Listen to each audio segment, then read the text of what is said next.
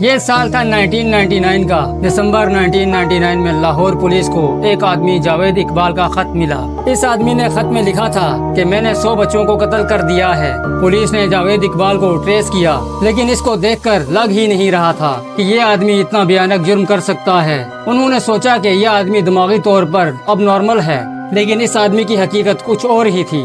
ناظرین، اگر آپ ہمارے چینل پر نئے ہیں تو آپ سب سے گزارش ہے کہ چینل کو سبسکرائب ضرور کریں، اور اگر ابھی تک آپ نے بیل آئیکن کو پریس نہیں کیا تو بیل آئیکن کو پریس کریں، اس سے ہمیں بہت ہی موٹیویشن ملتی ہے۔ تو چلیں ویڈیو کا آغاز کرتے ہیں۔ مسٹر انفارمیٹو کے دیکھنے اور سننے والوں کو السلام علیکم۔ دوستو، پولیس نے جاوید اقبال کو نہیں پکڑا، لیکن یہ آدمی یہاں نہیں رکا۔ اب اس نے پاکستان کے مشہور اخبار جنگ کے آفس میں وہی خط بھجوا دیا۔ اس دفعہ اس نے ان بچوں کی تصاویریں بھی ساتھ بھجوائیں جن کو اس نے قتل کیا تھا۔ جاوید اقبال نے خط میں اس گھر کا ایڈریس بھی دیا تھا جہاں ان بچوں کو مارا گیا تھا۔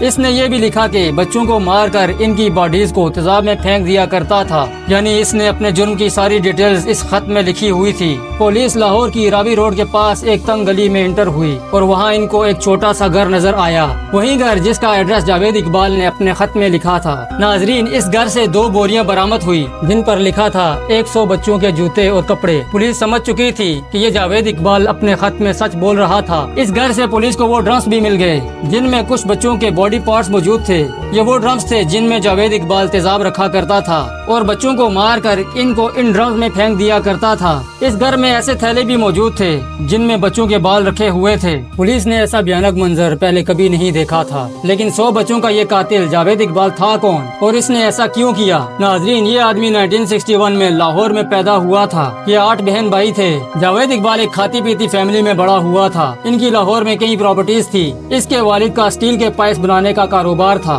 لاہور کے گورنمنٹ اسلامیہ کالج میں پڑھنے کے بعد اس آدمی نے اسٹیل ریکاسٹنگ کا بزنس شروع کر لیا۔ جاوید اقبال بچپن سے ہی کافی عجیب زندگی گزارتا تھا۔ یہ اکثر آدھی رات کو اپنے بھائیوں کو اٹھا کر عجیب باتیں کیا کرتا تھا۔ اس کے بھائی سمجھتے تھے کہ جاوید اقبال پر جنات نمودار ہوتے ہیں۔ جاوید اقبال جب بڑا ہو رہا تھا تو اس کے محلے کے لوگ اس کی حرکات سے پریشان تھے، کیونکہ یہ اکثر اپنے پڑوسیوں کے بچوں کے ساتھ بات چیت کرتے ہوئے نظر آتا تھا۔ ناظرین، وقت کے ساتھ ساتھ جاوید اقبال کا رویہ بھی وائلنٹ ہوتا جا رہا تھا۔ ایک دفعہ اس نے ایک بچے پر تشدد کیا، بس تبھی سے اس کے گھر والوں نے اس کو گھر سے باہر نکال دیا۔ اس کے والد نے اپنی جائیداد کا بٹوارا کر دیا اور جاوید اقبال کے حصے میں اچھے خاصے پیسے آ گئے۔ اس نے اپنے لیے گھر تعمیر کروا لیا اور لاہور کے علاقے شاد باغ میں اپنا میٹل ورک کا کاروبار بھی شروع کر لیا۔ یہاں بھی عجیب بات یہ تھی کہ اس کے ساتھ کام کرنے والے سب لوگ چھوٹے بچے تھے۔ یہ وہ بچے تھے جو گھر سے بھاگے ہوئے تھے اور سڑکوں پر رہ رہے تھے۔ جاوید اقبال ان کا خیال رکھتا تھا، کھانا پینا کپڑے سب کچھ دیا کرتا تھا۔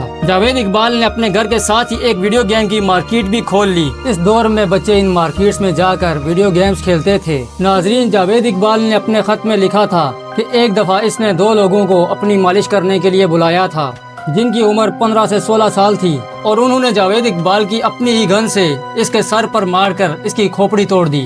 یہ آدمی 20 دن کے لیے کوما میں چلا گیا۔ اس کے مطابق اس کے علاج کی وجہ سے اس کا کاروبار، گھر وغیرہ سب کا بہت نقصان ہوا، اور تب سے ہی اس نے 100 بچوں کو مارنے کا منصوبہ بنا لیا۔ اس کے بعد جاوید اقبال نے اپنے ساتھ کام پر 3 لڑکے رکھ لیے جن میں سے ایک کا نام ساجد تھا۔ ان کا کام معصوم بچوں کو جاوید اقبال کے گھر لانا تھا۔ یہ بچے 6 سے 16 سال کی عمر کے ہوتے تھے اور زیادہ تر لاہور کی سڑکوں پر رہتے تھے۔ جاوید اقبال ان کو بہانے سے اپنے گھر بلاتا تھا کہ یہ انہیں کھانا کپڑے وغیرہ دے گا، اور یہیں ان کا گلا دبا کر ان کو مار کر تیزاب سے بھرے ڈرمز میں پھینک دیا کرتا تھا۔ یہ اتنا خوفناک واقعہ ہے کہ ہم اس کی ساری ڈیٹیلز یہاں نہیں بتا سکتے۔ ناظرین، یہ 1999 کا سال تھا۔ جولائی سے دسمبر تک جاوید اقبال 100 معصوم بچوں کو قتل کر چکا تھا۔ اس کے بعد اس نے سب سے پہلے لاہور پولیس کو خط لکھا اور پھر جنگ اخبار کو، جیسے کہ میں نے آپ کو شروع میں بتایا تھا۔ لیکن جاوید اقبال خود فرار ہو چکا تھا۔ اب یہ پکڑا کیسے گیا، یہ بھی ایک الگ کہانی ہے۔ دراصل اس کے پاس پیسے ختم ہو رہے تھے۔ یہ ایک شہر سرائے عالمگیر میں چھپا ہوا تھا۔ اس کے ساتھ اس کے 3 ملازم بھی موجود تھے جو اس کے سارے جرائم میں اس کا ساتھ دیا کرتے تھے۔ جاوید اقبال نے اپنے اکاؤنٹ سے پیسے نکالنے کے لیے ایک بینک میں چیک کیش کروایا اور وہیں پولیس نے اس کے ساتھیوں کو پکڑ لیا، لیکن جاوید اقبال وہاں سے فرار ہو چکا تھا۔ لیکن ناظرین، کچھ دنوں کے بعد ہی جاوید اقبال خود لاہور کے جنگ اخبار کے آفس پہنچ گیا اور اس نے خود گرفتاری دے دی۔ اس کو سزائے موت سنا دی گئی اور جج نے کہا کہ اس کو ان بچوں کے والدین کے سامنے پھانسی پہ لٹکایا جائے گا۔ اور اس کی موت کے بعد اس کی لاش کے بھی 100 ٹکڑے کیے جائیں گے اور ان کو تیزاب میں ڈال دیا جائے گا۔